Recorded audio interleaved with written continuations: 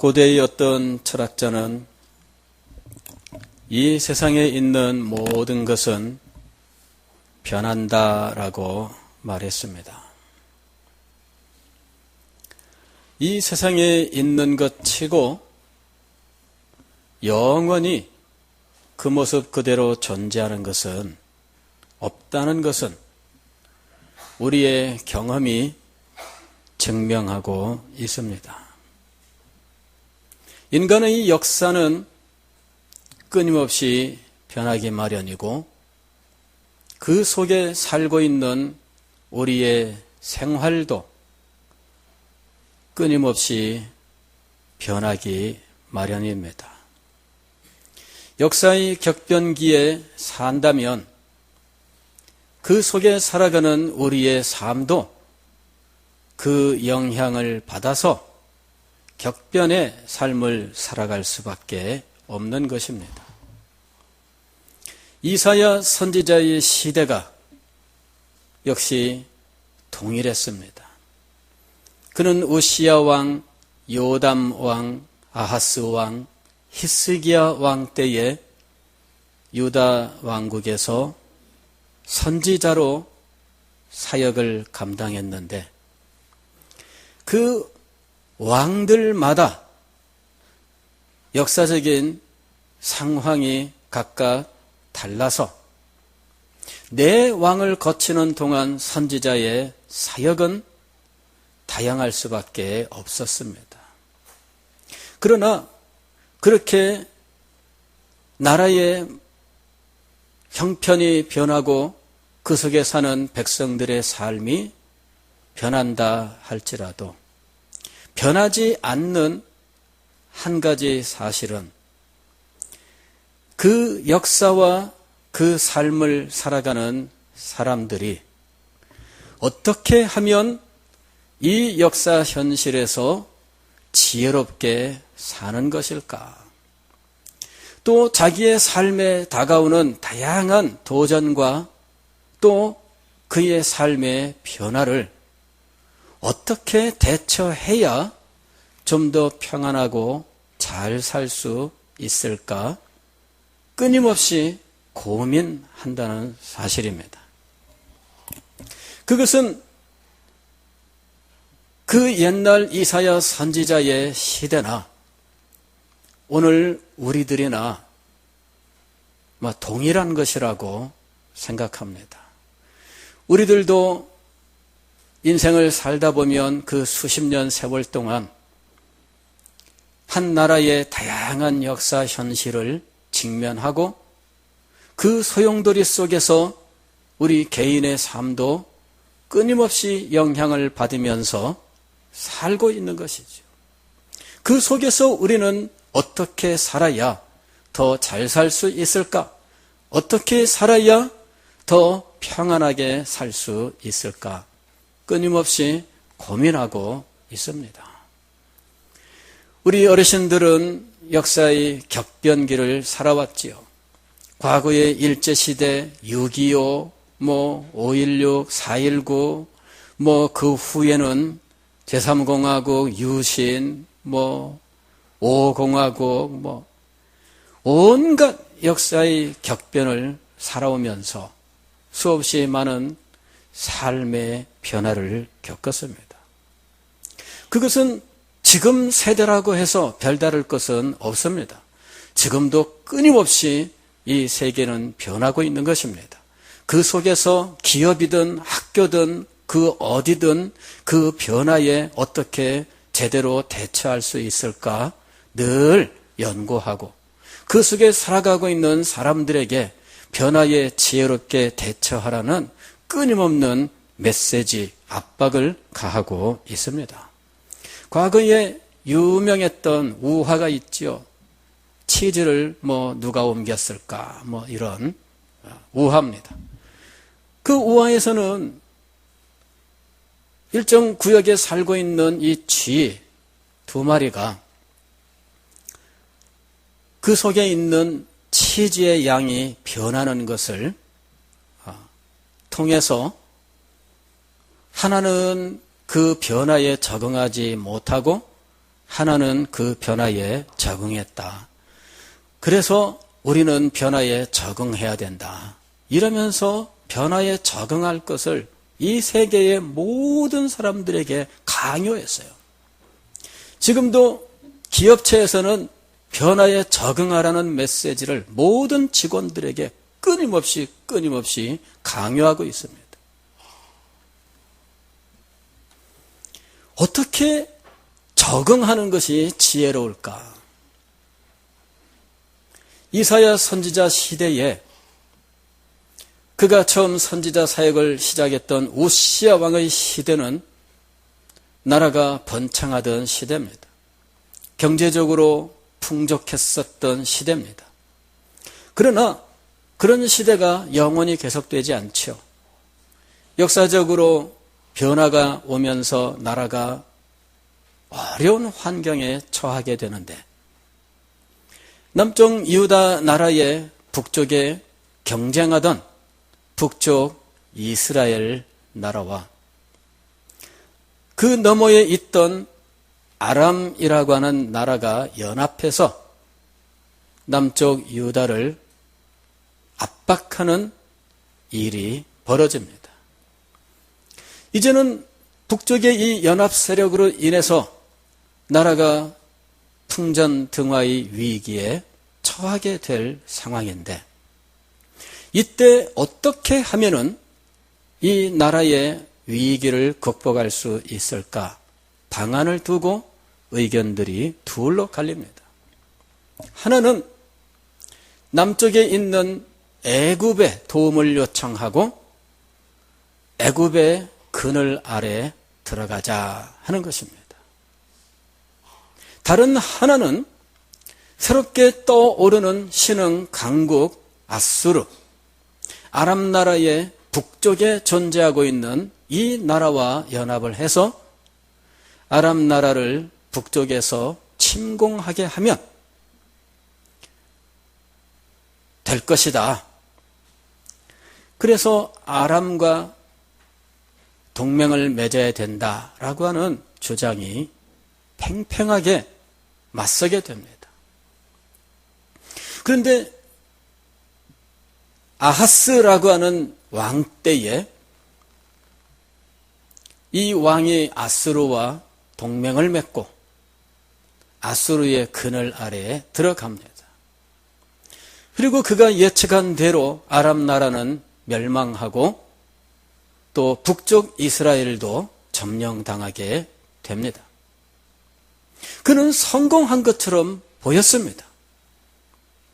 그러나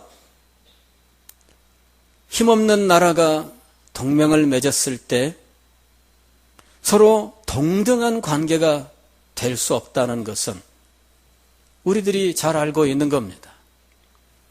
남쪽 유다 나라는 아수르의 속국이 되고 아하스 왕은 아수르 왕을 영접하기 위해서 아람 나라 수도인 다메섹까지 쫓아가야 했던 거죠. 자, 어느 것이 지혜로운 것일까? 남쪽 애굽에 의지하여 북쪽에서 위협하는 이스라엘과 아람을 견제할 것이냐? 저 먼 곳에 있는 아수르를 의지하여 아람 나라와 이스라엘을 견제할 것이냐? 마치 우리나라 대한제국 때 청나라 편이 될 것이냐, 러시아 편이 되어야 되느냐 싸우던 것처럼 그런 현실이 이사야 선지자 사역 동안에 일어난 겁니다. 그리고 나중에는 그 아수르 때문에 히스기야 왕 때에는 예루살렘이 함락 직전까지 가는 엄청난 비극을 겪기도 합니다. 도대체 무엇이 지혜로운 것일까? 우리는 이 땅을 살면서 끊임없이 우리의 삶의 현장의 변화에 지혜롭게 대응하기 위해서 노력을 하고 있습니다. 그러나 이사야 선지자를 통하여 하나님께서 자기 백성에게 주신 말씀은 애굽도 아니요 아수르도 아니요 오직 하나님이다라는 것이었습니다. 우리는 이 현실에 어떻게 적응을 하느냐에 늘 관심을 갖습니다. 이런 현실이라면 이렇게 해야 된다, 저렇게 해야 된다. 우리는 언제나 현실을 강조하고 있어요. 나라와 나라 사이의 문제라면 더더군다나 국제 정세, 국제 정치 혹은 국제 경제 이런 것들 거기에 관심을 가지고 그것에 어떻게 지혜롭게 대처할 것이냐 끊임없이 의견을 나누고 있지요. 오늘 우리는 이사야 선지자와 같은 시대를 살고 있지는 않지만 그때의 사람과 동일한 원리가 적용되고 있는 세상에서 살고 있으며 그때의 사람들이 보였던 반응과 똑같은 반응을 보이는 가운데 살아가고 있습니다. 그렇다면 하나님께서 이사야 선지자를 통하여 주셨던 그 메시지와 오늘 우리에게 주시는 메시지는 동일한 원리일 수밖에 없는 것입니다. 우리는 시대가 달라서 답이 다를 것이라고 생각합니다. 그러나 시대는 다르나 일어나는 일의 현상과 그 속에서 반응하는 인생들의 모습은 하나도 변한 것이 없습니다. 지금도 우리는 현실을 강조합니다. 현실이 이렇습니다. 그리고 우리는 현실이 우리의 삶을 주장한다고 생각하는 거죠. 현실이 우리의 삶을 결정한다고 믿고 있습니다. 그래서 그 현실 앞에 언제나 우리는 마음이 작아지고 우리의 믿음이 작아지고 그래서 현실에 어떻게 적용하는지 목사님은 현실을 모릅니다. 그렇게 얘기를 하는 거예요. 목사님은 현실을 모릅니다.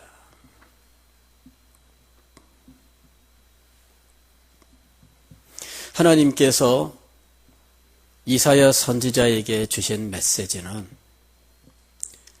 그 현실이 나의 수중에 있다는 것이었습니다.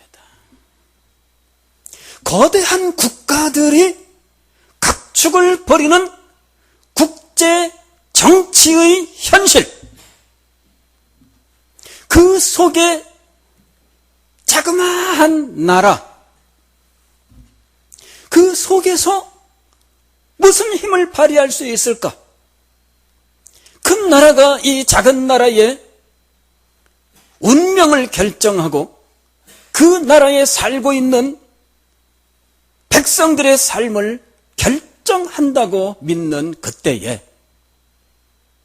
우리는 큰 나라에 붙어서 그 나라들이 베풀어주는 것에 목을 매달고 살 수밖에 없다고 믿고 있던 그 사람들을 향하여 하나님께서 주신 말씀은 그 나라들이 내 손안에 있다는 것이었습니다. 한 나라의 흥망성쇠가 하나님의 손에 달려 있으며 나라와 나라 사이에 역각과 각축, 그래서 이 나라 사이에 일어나는 모든 일들이 하나님의 손에 달려 있다 하는 것입니다.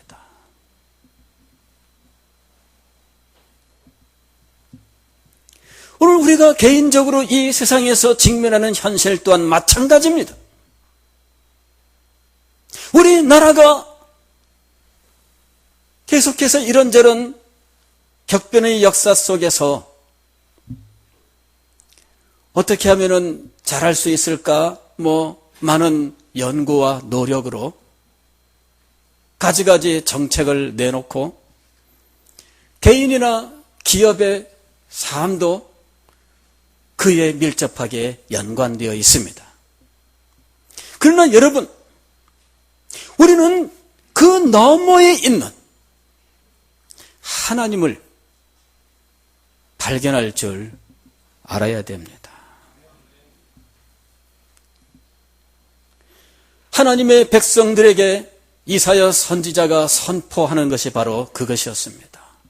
그 사람들은 땅에 살기 때문에 땅에서 일어나는 일에 영향을 받고, 그러므로 땅의 일에 관심을 갖고 그 땅에 계속해서 매여 살 수밖에 없었어요. 그러나 하나님의 백성들은 그렇게 살아서는 안 된다는 것입니다. 그들이 그렇게 두려워했던 아람 나라, 그들이 도저히 상대할 수 없다고 여겼던 아수르, 모두 하나님의 심판으로 멸망합니다. 지금은 비록 자그마한 나라로 불과하지만, 그러나 이 나라가 나중에는 큰대한 세계 제국이 될지 아직은 아무도 알 수 없던 때에 하나님께서는 세계 제국이 될 미래의 그 큰 왕국, 그러나 지금은 자그마한 나라에 대해서도 하나님께서는 경계의 말씀을 하고 계셔요. 즉, 역사라고 하는 것이 하나님의 손에 달려 있으며 그 안에 있는 각 나라와 민족의 흥망성쇠가 하나님의 손에 달려 있는 것입니다. 그런데 우리는 그 하나님의 손길, 하나님의 계획, 하나님의 경륜에 대해서 깨닫지 못한 채 그냥 현실만을 강조하고 그 속에 매여서 살아가고 있는 겁니다. 오늘 우리가 읽은 성경 말씀은 하나님의 백성들에게 현실을 볼 것이 아니라 그 현실을 다스리시는 하나님을 바라보라고 말씀하고 있습니다. 너희는 여호와를 만날 만한 때에 찾으라. 가까이 계실 때에 그를 부르라. 이것이 제3의 길입니다. 이스라엘 왕과 모든 지혜로운 자들이 첫 번째 길로 애굽을 이야기했고 두 번째 길로 아수르를 얘기할 때 하나님의 부름을 받은 이사야가 제3의 길을 선포했는데 그것이 바로 이 말씀입니다. 너희는 여호와를 만날 만한 때에 찾으라. 가까이 계실 때에 그를 부르라. 많은 사람들이 자신의 믿음을 현실과 결부시켜 변명하는 일들이 있습니다. 현실이 그렇지 않습니다. 현실에서는 하나님의 손길이 너무 멀게 느껴져요. 현실에서는 하나님이 전혀 우리의 삶에 영향을 미치는 것으로 느껴지지 않습니다. 현실 속에 들어가면 당장 내 삶에, 내 업무에 영향을 미치는 사람들이 더 큰 거예요. 부장님이 더 크고 사장님이 더 크지요. 그 너머에 하나님은 눈에 보이지 않습니다. 그래서 수없이 많은 그리스도인들이 현실에 타협을 하고 믿음을 버리는 일들이 벌어지는 거예요.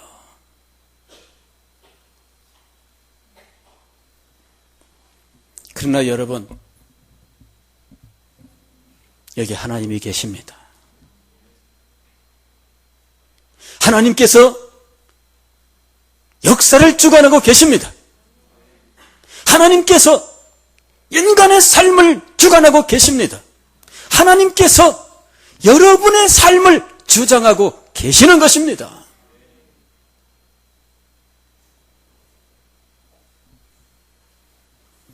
너희는 여호와를 만날 만한 때에 찾으라.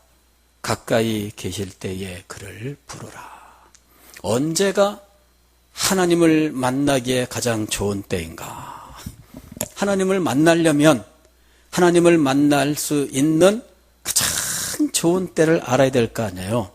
예전에 어떤 유머에 이런 게 있었어요. 선생님이 학생에게 질문했습니다. 야, 참외를 딸 수 있는 가장 좋은 때는 언제냐? 그랬더니 한 학생이 손을 번쩍 들고 대답합니다. 주인이 없을 때요. 선생님이 물어본 거는 이 참외가 어느 계절, 그죠? 어느 계절의 과일이며 언제 이 과일이 나오느냐, 아마 이제 이런 걸 물어본 건데, 주인이 없을 때요. 제가 그걸 읽고 정답이다. 정답이다 그랬습니다. 주인이 없을 때 가서 따야지 따먹을 수 있잖아요. 예. 근데 하나님을 만날 수 있는 가장 좋은 때는 언제일까? 그것은 하나님께서 우리를 향하여 문을 열고 만날 만한 때 찾으라 하고 말씀하시는 때입니다. 그때 하나님께서 이미 문을 열고 우리를 영접할 준비를 하고 계시는 때이기 때문이에요. 너희는 여호와를 만날 만한 때 찾으라. 가까이 계실 때에 그를 부르라. 이사야 선지자는 이스라엘 백성들을 향하여 현실을 핑계대지 말고 하나님을 찾으라고 권면하고 있는 겁니다. 현실로면 낙심할 수 있습니다. 현실로 말하면 용기가 나지 않습니다. 현실로 말하면 암담합니다. 현실로 말하면 방도가 없습니다. 그러나 현실을 말하지 말고 누구를 찾으라는 것입니까? 하나님을 찾으라는 거예요. 너희는 여호와를 만날 만한 때에 찾으라. 가까이 계실 때에 그를 부르라. 문제는 하나님의 백성의 본분을 회복하는 겁니다. 하나님의 본분을 회복하고 아직도 나를 향하여 하나님의 말씀이 선포되는 바로 그때가 하나님을 만날 때다라고 하는 사실을 깨닫고 하나님께로 돌아오는 거예요. 아직도 하나님께서 나를 향하여 말씀하고 있을 때, 그때가 내가 하나님께 부르짖을 때입니다.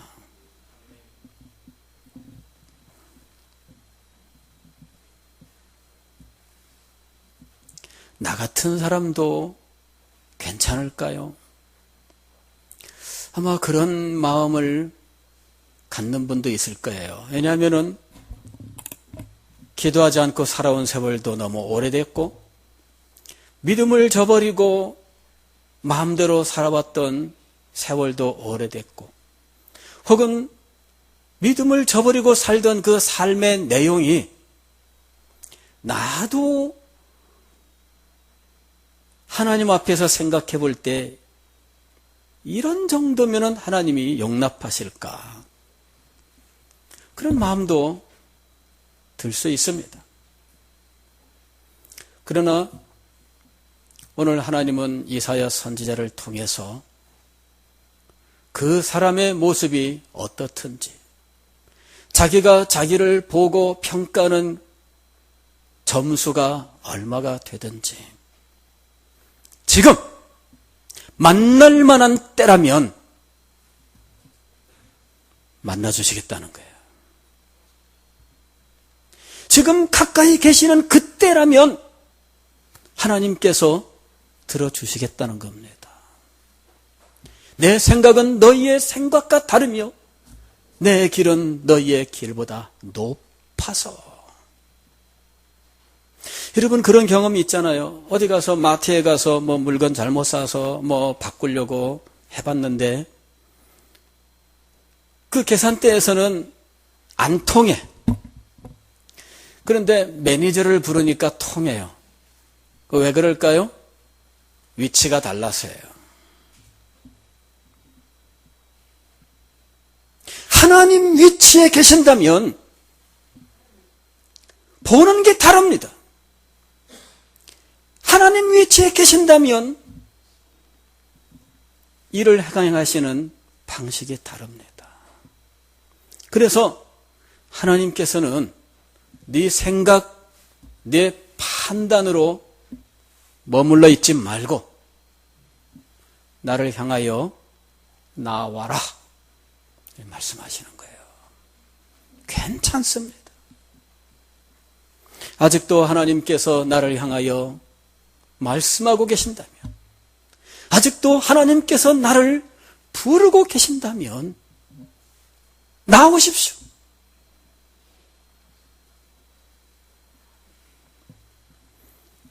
너희는 여호와를 만날 만한 때 찾으라. 가까이 계실 때에 그를 부르라. 사랑하는 성도 여러분, 우리는 이 세상에서 늘 현실 속에 묻혀 신음하고 있습니다.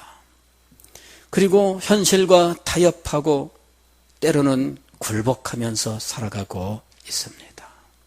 그러나 하나님의 백성들에게는 현실이 아닌 현실을 다스리고 계시는 하나님이 계신다는 사실을 기억하십시오. 그리고 그 하나님께서 바로 지금이 나를 만날 때라고 선포하고 계신다는 사실을 기억하십시오. 그 하나님께 돌아오시고 그 하나님께 부르짖는 여러분이 되시기를 주의 이름으로 축원합니다.